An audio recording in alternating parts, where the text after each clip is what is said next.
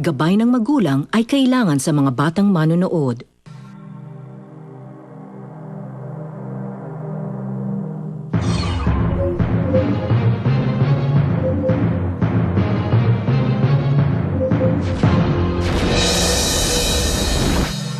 Maraming bagay na sa unang tingin, iisipin mong magic at kikiliti sa iyong imahinasyon. Pero kapag titingnan mo ito na mabuti, ito pala yung mga ilusyon na may scientific explanation. Ako po si Chris Tew, at narito ang mga experiments na dapat niyong abangan ngayong gabi dito sa I Believe. Dalawang librong hindi pwedeng paghiwalayin kahit ano pa ang iyong gawin. Nande? Bouquet of flowers. Fresh tingnan, pero frozen pala. Tug of war ng dalawang laro ang aso. Sino kaya ang mananalo? Latang pinagulong, kusang magro-rollback pabalik na parang magic. Sana pwede yan sa gas, no? Oo, sa gasolina. Flying carpet, magpapabilib. Kaya ay lahat dapat kumapit. At plastic na may tubig, tutusukin ng stick pero hindi bubuhos ang tubig. Ayos! Nagaling na! Alamin ang logic behind the magic. I Believe. Boys, bukod pa sa pagbabasa, saan pa pwedeng gamitin ang mga libro? Pwedeng gawing unan. Pamalo? Kasi ito pinapalo sa akin pag makulit ako eh. Oo nga. Pwede. Pero maniniwala ba kayo kung sasabihin ko sa inyo, pwedeng gamiting crane na pambuhat ng tao at swing ang mga libro? Imposible naman yan. Ang bigat-bigat ng tao eh. Sigurado mapupunit yung libro. That's what you think. Dahil ang mga pahina ng libro ay mas matibay sa inaakala nyo. Panoorin nyo to. Huh? May mesa na puno ng libro. Kukunin ang dalawang libro na magka-overlap ang mga pages. May title na Romeo at Juliet ang magka-overlap na libro.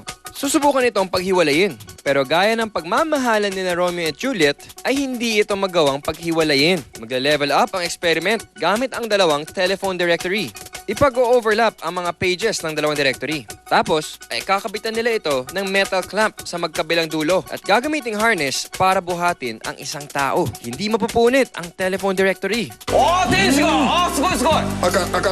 Next, ay gagawin namang support ang telephone directory sa swing. Same result. Kinaya ng telephone directory ang bigat ng mga umupo sa swing. I Believe. Ayos! Nagaling na! Wow! Ang tibay naman ng directory na yun. Hindi napunit. Siguro may glue yung pages ng directory na yon. Kaya Ay, nagdikit. No. Mali ka dyan. Walang glue o adhesive ang ginamit para sa experiment na yon. Wala! O ang dahilan kung bakit hindi napunit ang mga pahina ng directory ay dahil sa friction. Friction? Friction is the force that resists relative motion between two bodies in contact. Pero bago i-explain ang logic behind the magic, may experiment akong napapagawa sa inyo. Ano yan? Papagawa ko sa inyo yung ginawa nila sa ating first featured experiment. Yun lang ba? Okay ba? Sus, call! Kaya nyo? Kaya nyo? O, sige. Oh, Here are your Ito na directories, yung directory. boys. Ayan, oh. Good luck. In the meantime, ito naman ang scientific explanation behind the directory magic. Walang pandikit o adhesive na ginamit para pagdikitin ang pages ng dalawang libro. Pinag-overlap lang ang bawat page ng dalawang libro over one another. Ang dahilan kung bakit hindi mapaghiwalay ang dalawang libro ay dahil sa friction ng mga overlapping pages nito. Friction ay ang force na nire-resist ang relative motion of solid surfaces na nagsaslide sa isa't isa. Ang klase ng friction na nagaganap sa mga overlapping pages ng libro ay dry friction. Pero hindi lahat ng libro ay pwedeng gawin ang experiment na ito. Mas mataas ang friction kapag ito ay mangyayari sa rough surface kumpara sa smooth surface. Halimbawa ng librong may rough surface ang pages ay ang telephone directory. Nag-i-increase din ang friction kapag nag-increase ang contacting surface area. I Believe. Wow! Nagaling na! O, Ben, para sa'yo. Wow, flower! Akin na lang, bibigay ko sa crush ko. Hindi, akin na lang. Ay, hindi. Akin na lang, akin na sabi, akin. Kayo talaga. Ma'am. Sensya na, Chris. Pero, teka, bakit ganito yung flower? Bakit nadurog? Nga. Okay Ano lang, klaseng niloko ko bulaklak lang ba to? kayo. Okay lang yan, walang problema yan. Ang tawag dyan ay frozen flowers. Frozen flowers? Experiment tayo! Dalawa lang ang kailangan para gumawa ng frozen flour. Ang una ay flowers at ang pangalawa ay liquid nitrogen. Liquid nitrogen. Alam niyo ba kung ano yon? Hindi. Okay, eto. Liquid nitrogen is a fluid which can cause rapid freezing on contact with any living tissue. Tindihan nyo na? Hindi. Okay. Simple lang ang gagawin natin. Ilulublob lang natin yung flour sa loob ng liquid nitrogen. And then, ito, liquid nitrogen. Bubuhos muna natin dito. Kailangan stainless. Stainless. Hindi pwede yung Glass. Plastic. Or plastic. Oo. Tama. Kasi mag-yellow siya. Okay. Yan yung parang ano. So, yan yung liquid nitrogen. Binuhos na natin dito sa ating stainless steel. Gumagano na lalagyan. Ngayon, lulublob lang natin yung ating flour for a few seconds. And instantly, Frozen. Wow. Parang umuusok pa. Oh! fresh na fresh from the freezer. Oo.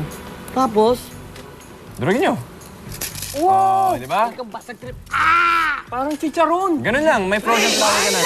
Ang temperature ng liquid nitrogen ay minus 320 degrees Fahrenheit, kaya sobrang lamig nito. Flowers have a lot of water in them, and alam din natin that water easily freezes into ice kapag ito ay naging mas malamig sa 32 degrees Fahrenheit.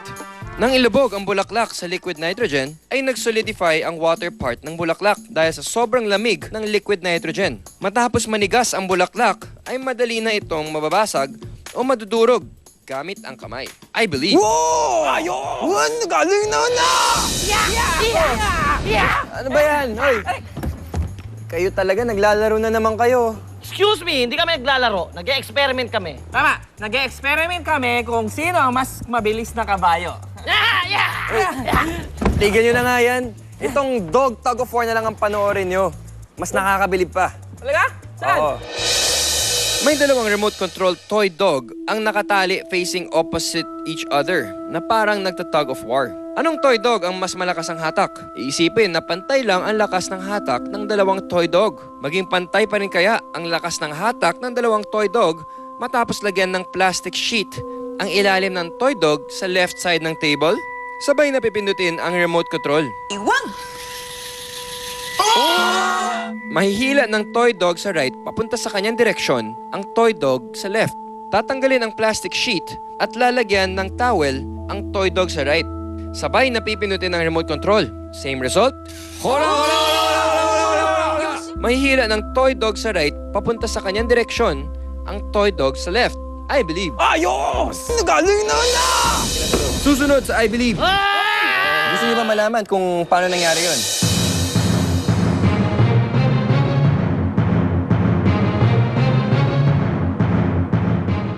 Isang nilalang ang mabibigyan.